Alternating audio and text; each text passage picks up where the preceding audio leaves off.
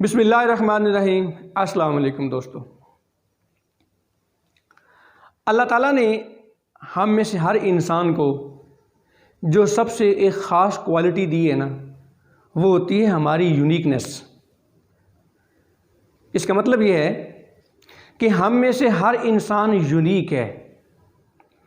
اس جیسا کوئی اور انسان اس سوچ کا اس جیسا اور دنیا میں نہیں ہوتا۔ ہر انسان کی ایک بڑی مختلف سوچ ہوتی ہے، بڑی کمال کی سوچ ہوتی ہے، لیکن یہ کمال کی سوچ اس کے لیے تب تک فائدہ مند ثابت نہیں ہوتی جب تک وہ اس کو پہچانتا نہیں ہے، جب تک وہ اپنی سوچ کو ڈھونڈ نہیں نکالتا، اور جب تک وہ اپنی سوچ پہ فخر نہیں کرتا، اس پہ مان نہیں کرتا، تب تک یہ اس کے لیے اتنی فائدہ مند ثابت نہیں ہوتی۔ اللہ نے شکل تو آپ کی دوسروں سے الگ بنائی ہے، مختلف بنائی ہے، لیکن ساتھ ساتھ آپ کی سوچ بھی دوسروں سے مختلف ہوتی ہے۔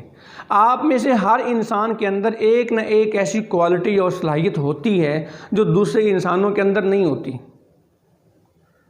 لیکن ہم میں سے اکثر لوگ اپنی ان صلاحیتوں کو اس طرح سے برباد کر دیتے ہیں کہ وہ اپنے اندر کی صلاحیتوں کو جاننے کی بجائے وہ دوسروں کو فالو کرنا شروع کر دیتے ہیں، وہ دوسروں کی نقل کرنا شروع کر دیتے ہیں۔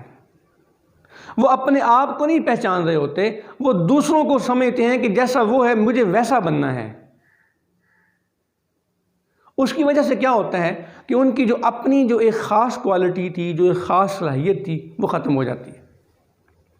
جیسے ہمارے یہاں اکثر ٹرینڈ ہے، اکثر والدین کی خواہش یہی ہوتی ہے کہ میرا بیٹا بڑا ہو کے ڈاکٹر بنے۔ اب حالانکہ اس کے اندر ڈاکٹر بننے کی اللہ نے ایبلٹی رکھی نہیں ہے، ممکن ہے وہ ایک بڑا اچھا ایک جہاز کا کپتان بن سکتا ہو، لیکن بس وہ ہم نے کیونکہ جی ہم ڈاکٹر کیوں بنانا ہے؟ کیونکہ ہمارا جو فلاں اس کا جو کزن ہے وہ ڈاکٹر ہے۔ اچھا، بچے کے اندر بڑا اچھا ڈاکٹر بننے کی ایبلٹی موجود ہوتی ہے، اچھا اس کو کیا بنانا ہے؟ اس کو وکیل بنانا ہے۔ کیوں بنانا ہے؟ بس یہ ہمارا ماحول ایسا ہے، ہمیں اکثر لڑائی جھگڑوں میں رہنا ہوتا ہے، تو وکیل بنے گا تو ہم اپنے کیس لڑتے رہیں گے۔ اپروچ اس کی وجہ سے کیا ہوتا ہے، اس کی وہ جو نیچرل ایبلٹی تھی نا وہ ختم ہو جاتی ہے۔ اور جب اس کی کسی بھی چیز کی جب اس کی اصل صلاحیت کو آپ ختم کر دیتے ہیں، اس پر آپ نقلی چیزوں کو ڈال دیتے ہیں اور آپ نقلیں کرنا شروع کر دیتے ہیں، تو یقین کریں آپ زندگی میں کبھی آگے نہیں جا سکتے۔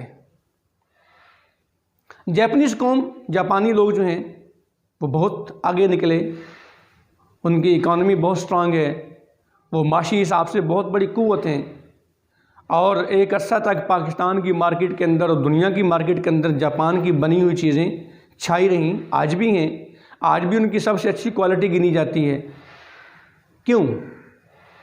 انہوں نے ایک سسٹم اور طریقہ کار بنایا کہ وہ ہر بچے کو بچپن کے اندر اس کی صلاحیتوں کو جانچ لیتے تھے، وہ ڈھونڈتے تھے اس بچے کی صلاحیتیں کیا ہیں، اور پھر جو اس بچے کے اندر جو قدرتی صلاحیتیں موجود ہوتی تھیں وہ اس کی ساری تعلیم اور تربیت کا انتظام انہی صلاحیتوں کے مطابق کرتے تھے، اور اس کا رزلٹ یہ نکلا کہ ہر بچہ جو بڑا ہوا وہ پھر جس شعبے کے اندر گیا پھر اس نے اس کے اندر کمال کی مہارت پائی، پھر اس نے جو کام کیا وہ کوئی دوسرا کر ہی نہیں سکتا تھا، اور اس کی وجہ سے پھر جاپانی قوم دنیا کے اندر ایک بہترین معاشی طاقت بن کے ابھری۔ ہمارا المیہ یہ ہوتا ہے کہ ہمارے اندر جو اپنی صلاحیتیں ہوتی ہیں ہم ان کو نہ جانچتے ہیں، نہ پرکھتے ہیں، اور ہم دوسروں کی کاپی کرنا شروع کر دیتے ہیں۔ اس کا رزلٹ اور نتیجہ یہ نکلتا ہے کہ ہم جہاں تک ہم نے پہنچنا ہوتا ہے ہم اپنی وہاں اس منزل تک نہیں پہنچ سکتے، اور دنیا کے اندر اپنی ساری زندگی خواری کے اندر کاٹتے ہیں اور ایک گمنامی کی زندگی گزار کے چلے جاتے ہیں۔ ہماری کوئی کنٹریبیوشن نہیں ہوتی معاشرے کے اندر۔ تو اس لیے آپ کے پاس جو کچھ ہے، جو صلاحیت ہے، اس کو جانچیں۔ آپ کو جو اللہ نے نوازا ہے اس کے مطابق کام کریں، آپ کبھی غریب نہیں رہیں گے، ہو ہی نہیں سکتا۔ ہمیں کسی سے گلہ نہیں کرنا چاہیے، ہمیں رب کی ناشکری بھی نہیں کرنی چاہیے۔ اللہ نے بھی ہمیں ساری چیزیں دے کے بھیجا ہے، اور ہمارے اندر وہ چیزیں وہ موجود ہیں جس سے ہم دنیا کی ہر چیز حاصل کر سکتے ہیں۔